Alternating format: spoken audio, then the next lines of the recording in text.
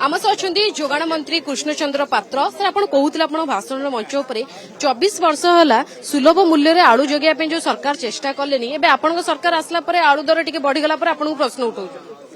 नहीं सेटा मु कहूली जे आलूर समस्या धीरे धीरे समस्या समाधान हो आमर कथबार्ता चलती वेस्ट बेंगल सरकार सहित भी कथबार्ता चली इटे व्यवसायी मान सहित भी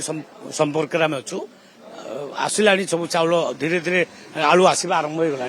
दिन दिन भीतर समस्या समाधान हो बजार बुलूलु खाउटी कहते कि मंत्री कहते 35 टंका मार्केट रे कहीं 50 देखु छद्म बेस जांच करूँ खाउटी मु पठाऊँ मोर लोक पठाऊँ आज भी रेट अति बेसी 34-35 कोटी 32 टाइप अच्छी जमा 50 सेठी ना यूनिट वन हाट सर 50 नहीं फिर भी देखा कौटी अधिका किए बिकुव आम छानबिन करवा किंतु 34-35 भितर प्राय अच्छे कौन कहे जो आलू सब प्रोटेस्ट करने को दिंतु विरोधी काम से करेंगे आम आम कम करवा लोक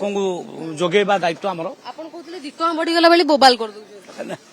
करूँ कम से करेंगे कम से आम पश्चिमबंग उपर एबे भी निर्भरशील निश्चित अबिका आम अन्य राज्य उपर निर्भरशील किंतु दिन आसब माननीय मुख्यमंत्री जो स्ट्राटेजी नहीं आम क्या निर्भरशील रहा ना आम बरम अन्य राज्य को आलू पियाज बिकवा ये स्थिति आसी बहुत बहुत धन्यवाद सर।